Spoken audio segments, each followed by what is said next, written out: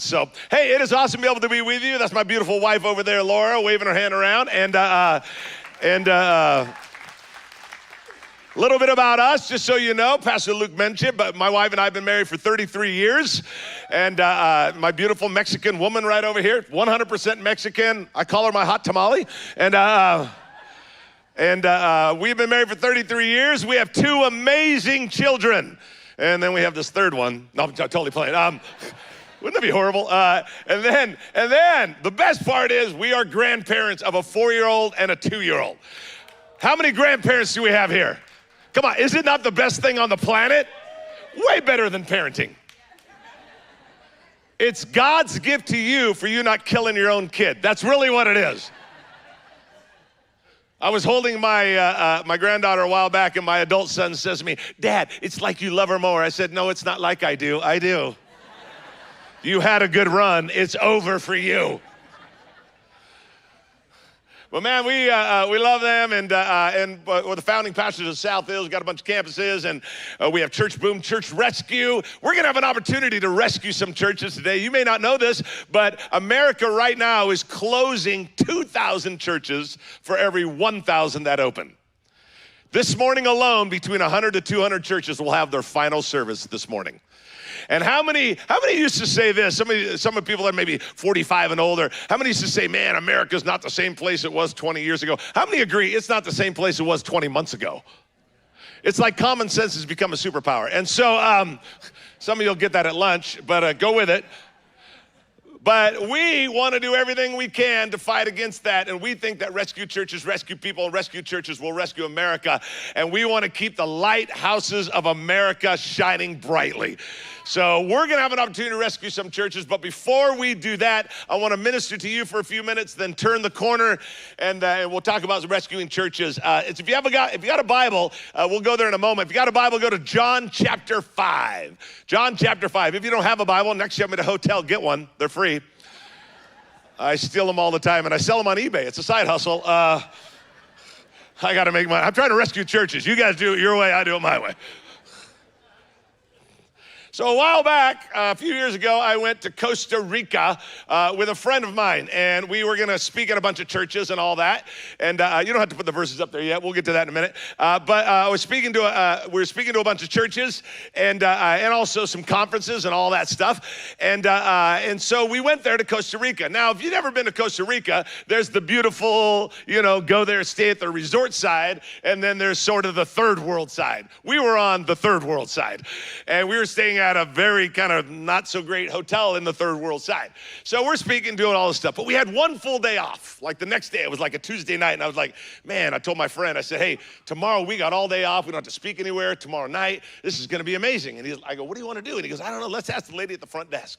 So we go to the front desk, and we said, "Hey, if you had a full day off tomorrow in the evening, what would you do here in Costa Rica?" She goes, she has broken English. She goes, I would go to zip lining at the Serapiki River. Serapiki River is where they filmed Jurassic Park.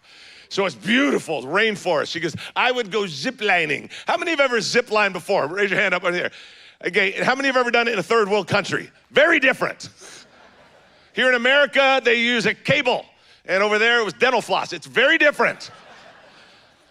And so they said, "Okay," I said, "All right, that sounds good. It's great." Now, if you don't know what ziplining is, basically, it's a big old tree, and they hook a cable to it, and they run the cable over to another tree 50 yards away, and then you kind of, they put a harness on you and a little clip, and you kind of do a Tarzan thing, and you go down. And you go down and then down and down. You got all these runs, if you will.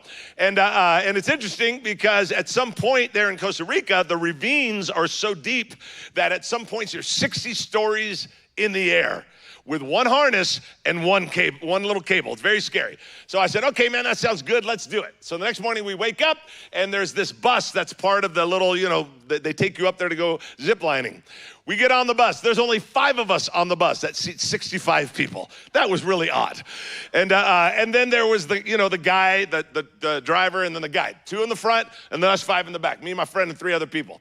We start going up 2 hours into the rainforest. We are deep into the jungle. I mean, we are deep in the jungle. I looked at my friend. I'm like, they're going to kill us. This is a scene from Criminal Minds. It's about to happen. And so we finally get done with a 2-hour right up there. And then, watch this, we get off the bus into a boat, 1 hour boat ride, deep in the jungle. Hold on. Then we get off the boat onto a horse, 1 hour in.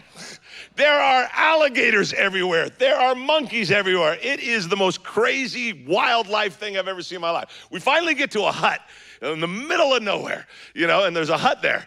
And the guy says, he goes, okay, we're ready. The guy in the hut, he puts harnesses, trying to get all the harnesses fitted. And then we get them all fitted. He goes, okay, you go with these people. I said, okay, so we're about to go. And I lean back to the guy that's running this little hut with the little harnesses. And I said, hey, are we going to go ziplining? Yeah, you start right now. And I said, oh, don't we need to sign anything?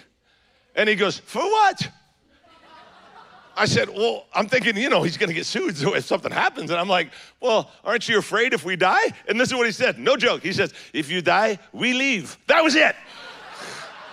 You die, we're gone. So we had this amazing time ziplining, and it was funny. On one of the zip lines, you land on a little platform about this small as this table, and you kind of hook onto the tree. There's a little thing there, and you hook onto it, and you just kind of stand on the thing, and you just wait for the next group. Me and the guide are sitting, leaning up on the trees. It's so scary, and there's other guys coming down. And I asked the guide, the guy in charge of our life, he's the only one out there. I thought, man, he looks young. And I said, hey, buddy. He goes, yes. I go, how old are you? He goes, 15. I said, what did you say? He goes, 17? Like that made it better. Oh, well, now I feel safe. So we get done ziplining. It really was amazing, incredible day. And then we go back on to the boat, or the horseback riding, and then an hour on the boat, and then now we get on the bus. Now we're on the bus, right? And we get on the bus, and it gets stuck in mud. It rains 300 inches a year there. It's constantly raining. And we get stuck in the mud. They ask us to get out. Now we're pushing the bus to get out of the mud. And the mud is flying up in my face as the backwoods are doing. I look at my friend, I'm like, this was not in the brochure. Mud everywhere. And we got we were stuck. Finally, we got out. It took like an hour. We finally got out. Here's the thing, is that we got stuck in the mud. And as I thought about today, I think sometimes you and I can get stuck in the mud, or sometimes we call it stuck in the wall. Sometimes we kind of get stuck where we're not really where we want to be. And sometimes that happens. I'm going to be calling it stuck in the wall, but it's the same thing as being stuck in the mud. Hey, maybe we're in debt and we feel stuck. Maybe we're still addicted to something and we feel stuck. Maybe our marriage isn't where we thought it would be and we feel stuck. Maybe we're not where we want to be in life and we feel stuck, and we get stuck in the wall. It kind of looks like this. Put it up on the screen for me. This is life before the wall. Put it up there for me. So everybody say life before the wall. Okay, this is life before the wall. Everything's great. You're having a good time. Whatever's going on, life is good, relationship's good, money's good. Life before the wall. Then something happens. Maybe someone hurts you. You get into debt. Maybe there's bitterness. Maybe there's betrayal. Maybe there's a divorce. And then you come at this point right here called life in the wall. Now you feel stuck in the wall. It's like, man, I can't get over this bitterness. I can't seem to forgive this person. I can't seem to get past this anger. I can't seem to get past this addiction or this debt, or, man, I just feel stuck in my life. And now you're in the wall. And basically at this point, you really have two choices. Put it up there for me. You have two choices. Here it is. Ready? It's real simple. You either, watch this. Now say with me. You either stay in the wall or get to the other side of the wall. You follow me? That's it. That's it. You either stay in the wall. You can walk out of here, go to Taco Bell with me and Pastor, and you can stay stuck in the wall. That's a choice. It's a bad one, but you can. Or you can get to the other side of the wall. But watch this, because there's no such thing as life before the wall anymore. You can't go back to the way things were. You either A, stay stuck in the wall, or B, get to the other side of the wall. In John chapter 5, we find this amazing story where Jesus is walking into the gates of Jerusalem. I've actually been, my wife and I've been there, and there's the gates that were there, and he walks in because it's a big party going on. It's like a holy day, it's a festival, and there's a lot going on. Jesus walks over to this one area, probably the size of this stage, and it's a pool. It's called the Pool of Bethesda, which actually means the Pool of Mercy. He walks over to this pool, the body of water. It's a small body of water. And he walks over, he sees the pool. And then there at the pool, now watch this, there are 5 covered porches. How many porches are there? 5. Now, this is what would happen, okay? People that were sick would wake up in the morning. They would come over to the porch, lay under the porch. Why under the porch? Because it's very hot in Israel. They would wait for an angel to come and stir up the water. When the water would get stirred, if they would make it over to the water in time, then they would be healed. If they didn't make it over there, then they go back home, sleep, wake up in the morning, lay under the covered bridge or porch, and then wait for the water to stir again. Okay? They always want to get there because that's where they get healed, but they lay under the porch waiting. This is where we pick the story up. Here we go in John chapter 5, verse 1. Let's put it on the screen. Here we go. Afterward, Jesus returned to Jerusalem for one of the Jewish holy days. Inside the city near the sheep gate was the Pool of Bethesda. What does Bethesda mean? The pool of what? Mercy. Good job. With 5 covered porches. We already talked about those. Crowds of sick people, blind, lame, paralyzed, lay under the porch. One of the men, this is important, one of the men lying there had been sick for how long? 38 years. Okay, now I want you to capture what this means. Wake up in the morning, lay under the porch, water's stirring, try to get over there, don't get over there in time, and then you do it again. This guy does it for 38 years, meaning he did it over 13,000 times. I'm just thinking out loud. Maybe I'm just kind of sarcastic and whatever, but I'm thinking, dude, your strategy ain't working. Like, the water stirs up and you can't get there in time. You got to push people out of the way. Maybe you blow up a raft and just lay in the water. I don't know. But your strategy is not working. You've been there in this position for a long time. I'm wondering, just thinking out loud with you, is it possible that our strategy, for whatever reason we get stuck in the wall, isn't working? You ever thought about that? I'm still in debt. Your strategy ain't working. I'm still addicted. Your strategy ain't working. I'm not where I want to be in life. Your strategy ain't working. I'm still angry and bitter and I haven't forgiven that person. Your strategy ain't working. Okay, because here's the bottom line. You might want to write this down. Put it up there for me. You can't change your future until you disrupt your present.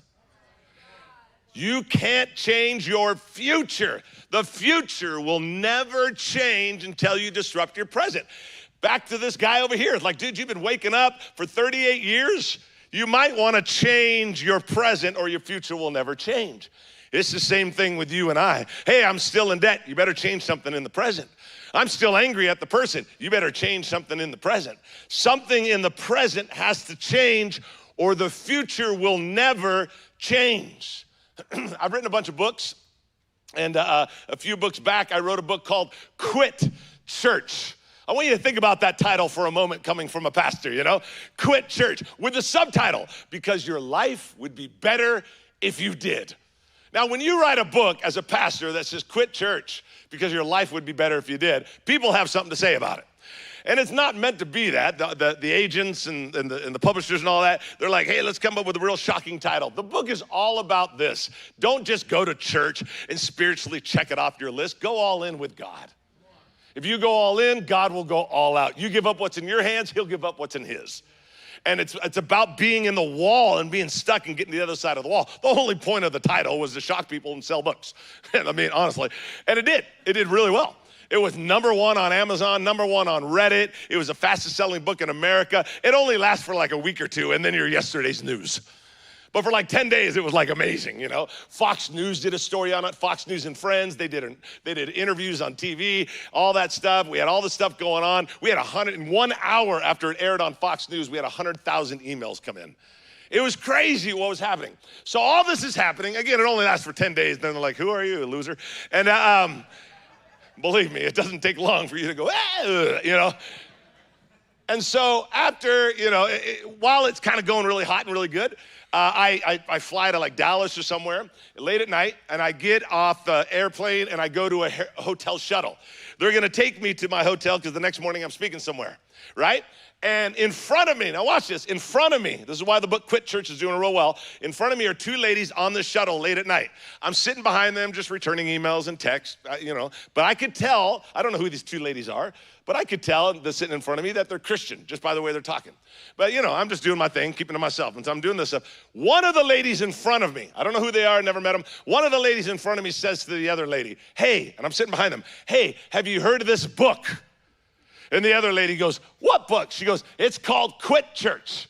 She goes, quit church, are you serious? She goes, yeah. She holds it up on her phone.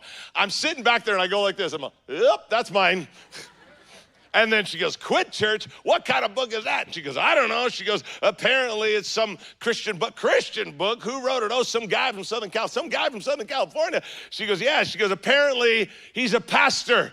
And the other lady says, and I quote, he's not a pastor, he's an idiot. And I'm sitting right behind them, Pastor Luke. You can't write this stuff. I'm not that creative. And she goes, he's not a pastor, he's an idiot. And then they just got all worked up, man. They were just like, yeah, that's the problem with America. Because anybody says that's the problem with America clearly has answers. And they're just going off, man. And they got so wound up. They were just, they literally they turned around and they invited me into the conversation.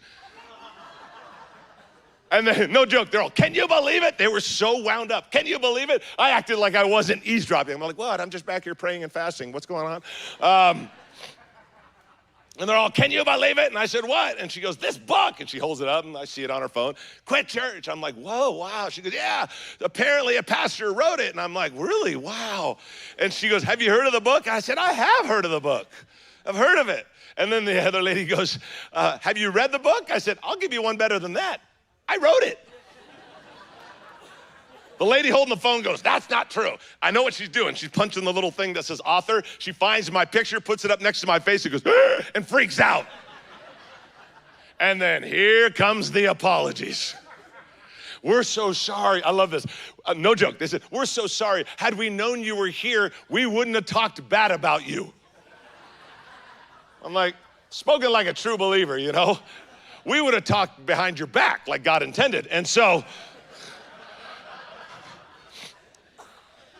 we get off the bus, the little shuttle thing. We go to the hotel, you know, we're standing, there's a couple people in line, they're right here and I'm behind them. We're all just standing in line waiting for, you know, to check in. And they're still talking to me.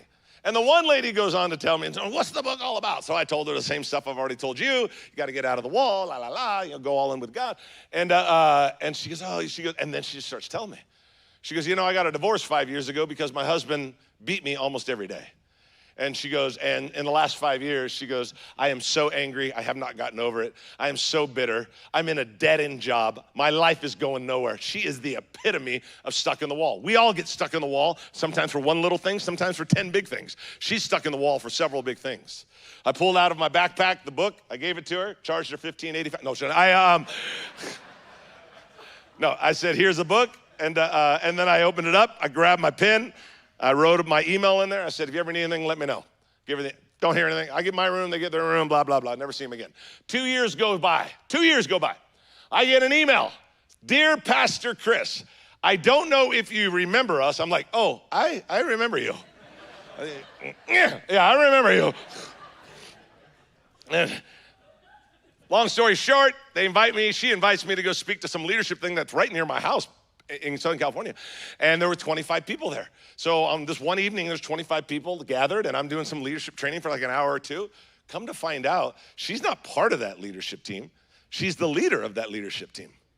Afterwards, she told me, she said, Chris, you remember everything I told you a few years ago? I said, yeah. And she goes, I went back to school and she goes, and I got my license to preach. She goes, I also decided that I needed counseling. So for the last 2.5 years, I've been in counseling. And she goes, and I've been getting over it. And she goes, and this group right here, this is my leadership team because I opened up a home for men that are addicted and women that have been battered. And she goes, and this is my leadership team. And I love this thing. She leans, all this in the last 2.5 years. And she leans in and she goes, I got to the other side of the wall. And that's the whole thing. You know, the only reason she got to the other side of the wall is because she was willing to disrupt her present. That's what needed to change with this guy at the Pool of Bethesda. You needed to disrupt your present or the future will never change. I don't know why you're stuck in the wall today. We all get there. There's a little area of my life I feel stuck in the wall on. It's about forgiveness. Someone that hurt me a few years ago and I'm still having a hard time getting over.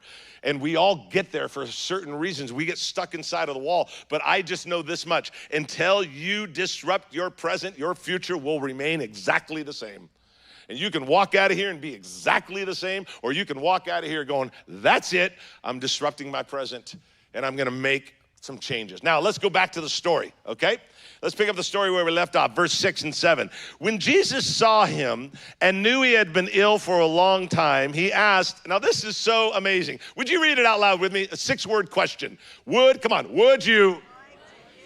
Okay, this is such an easy question, everyone. 6 words. Would you like to get well? It's not all deep. It's not theological. It's not like Jesus is mystifying anybody. It's just a simple question. You want to get well? Yes or no? It's a yes or no question. Agreed? It's a yes or no question. That's it. Now, what fascinates me is not Jesus' question, although it was extremely simple. What fascinates me is the man's answer, because the man's answer reveals why he's stuck in the wall. The man's answer reveals it. Would you like to get well? First 2 words, verse 7. I what? I can't, sir. Okay. You want to get well? Yes or no? I can't.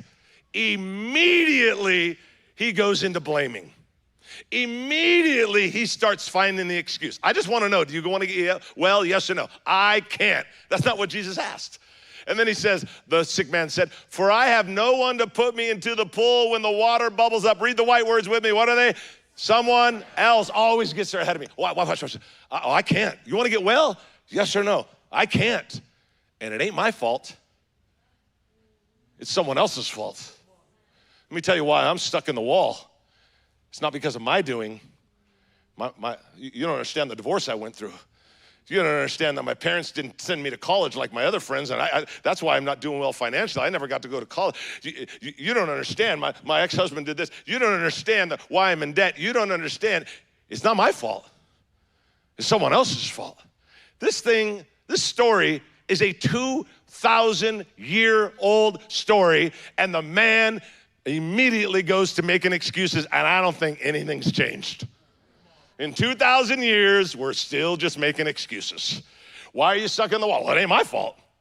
Not my fault that I'm here. It's someone else's fault. Let me tell you. See, the man went right to an excuse because he kept telling himself the stories he was used to telling himself. Here's what I want to challenge you to do. Put it up on you have to challenge the story you keep telling yourself. You got to challenge it. Hey, there may be some truth to it. Listen. There may be some truth. Dad did hurt you. Mom did hurt you. That thing, betrayal, that happened, that debt, that issue, that addiction, that unforgiveness, whatever reason you got stuck in the wall, I'm not where I want to be. And you know what? It might be somewhat someone else's fault and a little bit of yours. I don't know what the mixture is, and I'm not trying to belittle if you're there stuck in the wall. What I'm trying to say is this. At some point, you just got to buck up and just say, you know what? It doesn't matter really why I'm here. I'm the one that's got to get to the other side of the wall. It's like this woman got beat by her husband all those years. It's not her fault. Not her fault she kept getting beat by her husband, but at some point she had to get out of the wall, man. She had to get out of that wall, and you and I have to do the same thing. Here's the reality. Excuses, this is important. Excuses are just an illusion of us removing our responsibility. That's all it is. Excuses, we come up with them to remove the illusion that we're not responsible to get out of the wall. Let me tell you something. It's our responsibility to get out of the wall. God's gonna help you. Now listen to this, you might wanna write this down. The battle belongs to the Lord, but the fight belongs to you. The battle belongs to the Lord, but the fight belongs to you and I. But we love making excuses, okay? We're all guilty of it. Several years ago, I'm at the office, and my wife calls or texts me, and she says, hey, can you pick up some items from the grocery store on the way home? I'm like, yeah. So she sends me milk, eggs, bread, butter, whatever. I'm like, okay. So I go and I pick up the items, I bring them right through, and they put up the little thing, And this is where one of our large campuses are, so a lot of people know us in that area, and they rack up the bill, and the lady says, that'll be $25.87. Now, this was 4 or 5 years ago. Now that would get you an egg, just one. Let's not lose our head and get a dozen. And so they rack up the bill at $25.87. I pull out my card. She goes, oh, the tap thing's not working. Got to slide it. I said, no problem. I slide the card. It says, now hold on, stay with me. It says declined. How many of you have ever had that happen before? Come on, raise your hand. And what do we say? I don't know why. I got tons of money. I did the same thing. I don't know why. And I threw this one in. I was at the bank this morning. You did that. I know you did it. Don't act like you haven't. I got tons of money. I don't know why. So I'm telling the lady, come on, I'm gonna just slide it one more time. Sir, we can't. The line's getting bigger. We can't slide it. You gotta get out of line. I go, no, please. She goes, okay, one more time. Boom, I slide the card, declined. Second time. Now the manager comes over. Now this is turning into a scene. I got the manager coming over. What's going on here, And I go, oh, my card's not working. But I go, no, sir, you got to get out of line. They're packing up my groceries, putting them to the side. The clerk guy's taking them back. I'm like, hold on. The line's forming. Some dude in the back of the line's like, Pastor Chris, is that you? And I'm like, no, it's his twin brother, Craig. I don't have a twin brother. I'm just trying to flow with it. And then I'm like, come on, man. I go, just give me one more chance. Give me one more chance. And the guy goes, okay, we'll give you one more chance. The manager goes to reset it. Now watch this, the manager goes to reset it. I look down at my wallet. I realize at that moment that I have not been sliding my Chase bank card.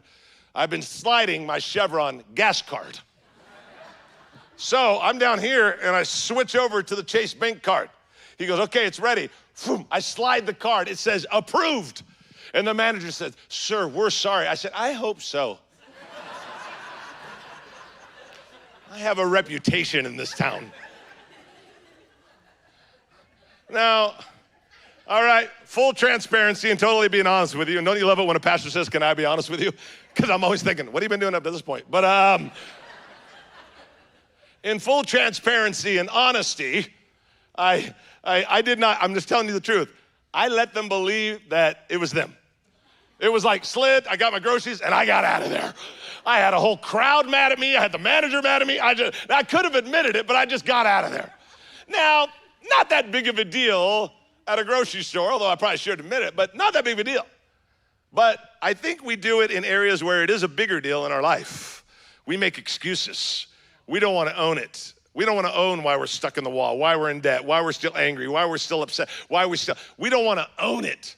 And because we don't want to own it, we never get to the other side of it. Now, let's go back to the scripture. Here we go. I'm going to start winding this down and then turn the corner a little bit about how we're going to rescue churches today, which is so exciting. Here we go. Verse 8 and 9. Jesus told him, stand up, pick up your mat, and walk. Instantly, the man was healed. He rolled up a sleeping mat and began walking. Now, hold on. You probably don't see the humor in this. I do. Okay, what happens? The guy says all these excuses, right? He says, stand up, pick up your mat, walk. This is Jesus, or this is the guy. Well, it ain't my fault. It's someone else's fault. Someone else gets in the way. Let me tell you what the guy gives him a laundry list of excuses. And Jesus, I think it's funny, Jesus doesn't even address his excuses. He doesn't even acknowledge them. Not that he didn't care, but he's like, just stand up and walk. I love it. It's kind of like, this is what you're doing, this is what I want you to do, kind of a thing.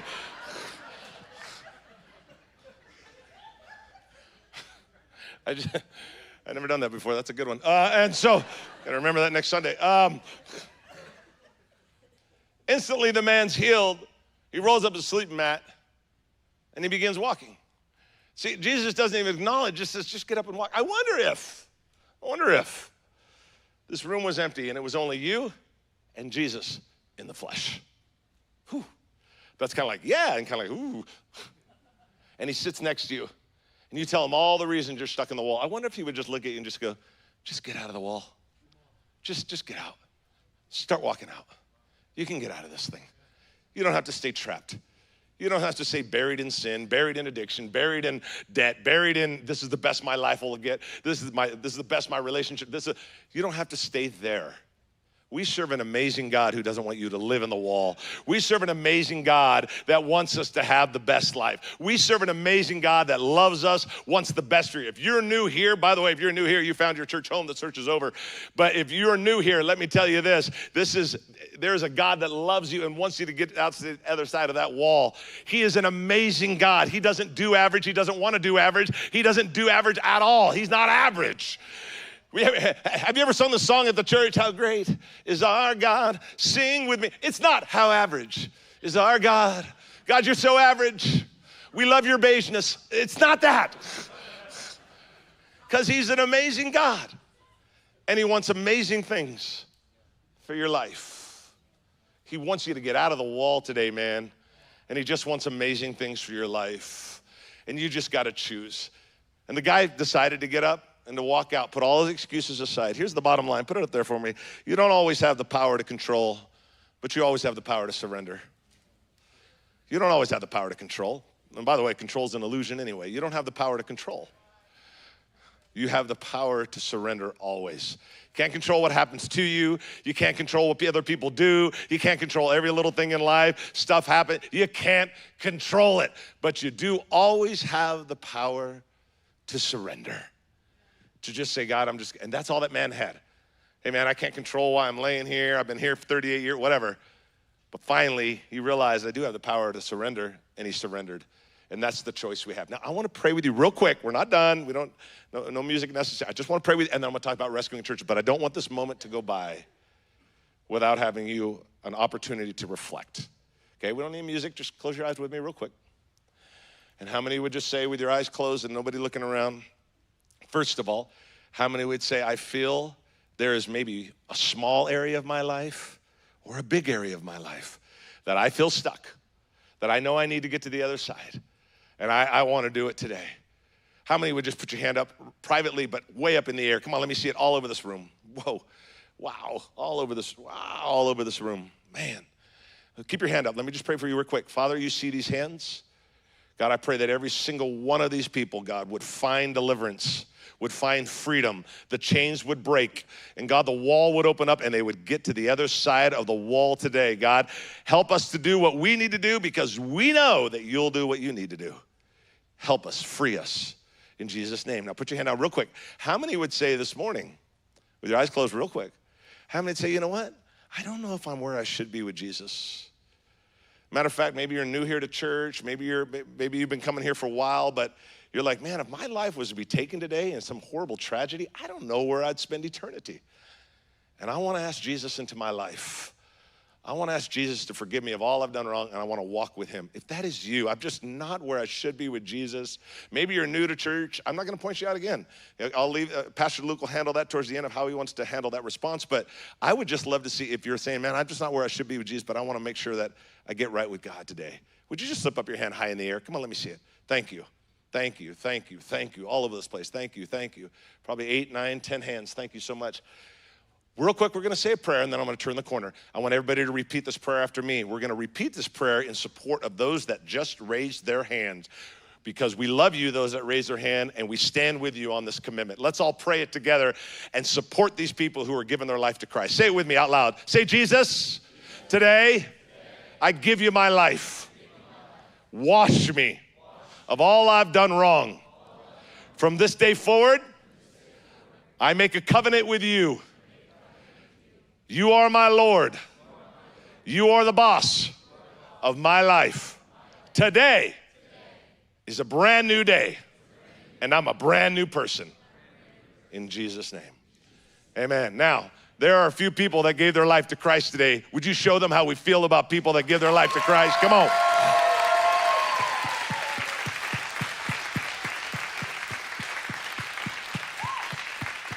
Yes. We at Center Branch Church, this is what we're all about, helping people come to a relationship with Christ. That's why it's so important to invite friends, and we welcome you to the family of God, all of you that raised your hand. Now, let me take about just 5 minutes, turn the corner, show you a video, we'll wrap it up. Here it is. We've talked about getting outside of the wall, and we talked about life before the wall.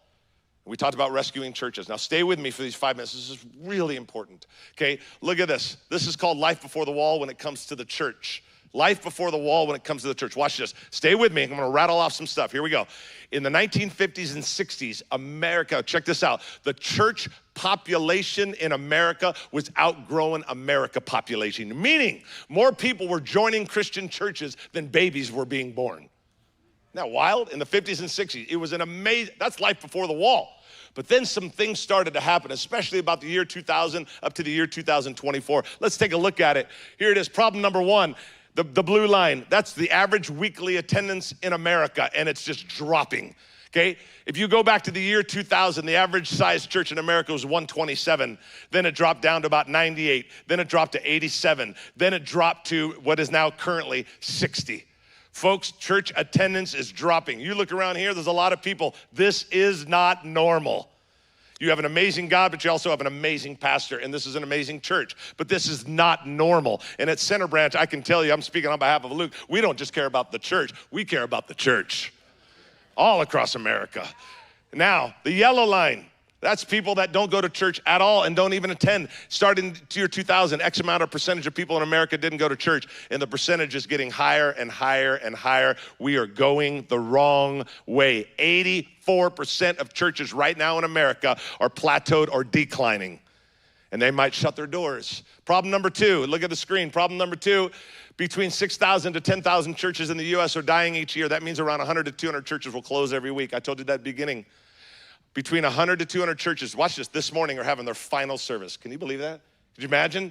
Locking the doors forever. And then next week, another 100 to 200. Now we're opening a lot, but we can't keep up with as many that are closing. And folks, if we keep going this way, you back up 100 years ago, Europe was the Christian nation. And it ain't no more, not even close. You got a church of 100, you got a big church there. We're headed towards that. And we're seeing it happen in astronomical numbers. Let me give you problem number three. 46% of pastors under the age 45 are considering quitting ministry. Watch this, 1,500 pastors quit ministry last month alone. 1 month. They're like, I'm done, it's too hard. 76% of pastors admit to feeling inadequate. In other words, for the job and need help. 3 out of every 4 pastors are going, my church is dying, we're about a year from closing our doors, and I don't know how to fix it. We saw that as an amazing problem because we realized this, the more lighthouses go out in America, the darker America gets. We have a lot of issues and we have a lot of challenges and we have a divided country, and I'm not here to talk politics at all. I'm just saying this, I don't want to fight it by complaining about it. I don't want to fight it by going on social media and complaining about it. What I want to do is I want to keep lighthouses open, because the more lighthouses open, the more brighter America gets for God. That's the answer. We have to keep the churches open. So we took all of these problems. Now go to the next one real quick. So ultimately is the church is in the wall. Remember, life before the wall? Man, the church population was outgrowing America. But now it's in the wall. It's going, and it's going there fast. It's happening all across America, and everybody knows it. All major leaders and all denomination leaders are talking about it. So about 3.5 years ago, we have Church Boom, we coach pastors, do a bunch of other things. But one of the things we thought about was about 3.5 years ago, I got a bunch of pastors in the room in Dallas, Texas, in a hotel conference room, about 15, 20 pastors. And I presented to them all of that. Here's the problem with America. We're shutting down churches. Guys, we all got big churches. I guess we could just go back to our church, right? Let's go back to our church, sit in my office, and I'm fine. And you guys will all be fine, I told them. But I believe this, you guys, revelation requires responsibility. When you know about a problem, you got to do something about the problem. I believe that with all my heart.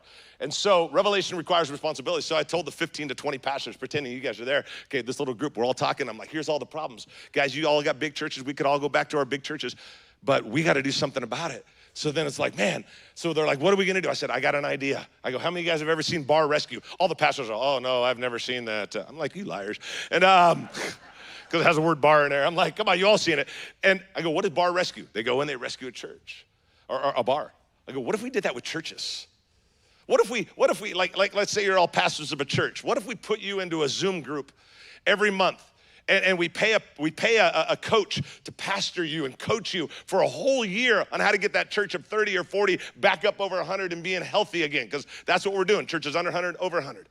And then what if during that year we give you resources? And what if during that year we find out you're 2 months behind in your rent, you need $12,000, we could take care of that for them. Everybody's getting excited about it. And that's it. And then also, what if during that year, in the middle of it, they go on a 4-day retreat to the Rocky Mountains and we pay for it? And the 15 guys and the pastors are like, this is amazing. How are we gonna pay for it? And I said, I have no idea, which I didn't. I was like, I don't know, but it sounds really good, doesn't it? And then we just came up with this idea. Well, why don't we get healthy churches to be extravagant givers and help rescue other churches? And so that's what we've been doing for 3.5 years. Last month alone, 302 churches were rescued. 1 month.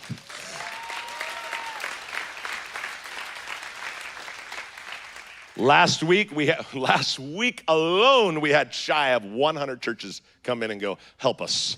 Another 100 churches. Now, it's about $3,000 a church, so do the math.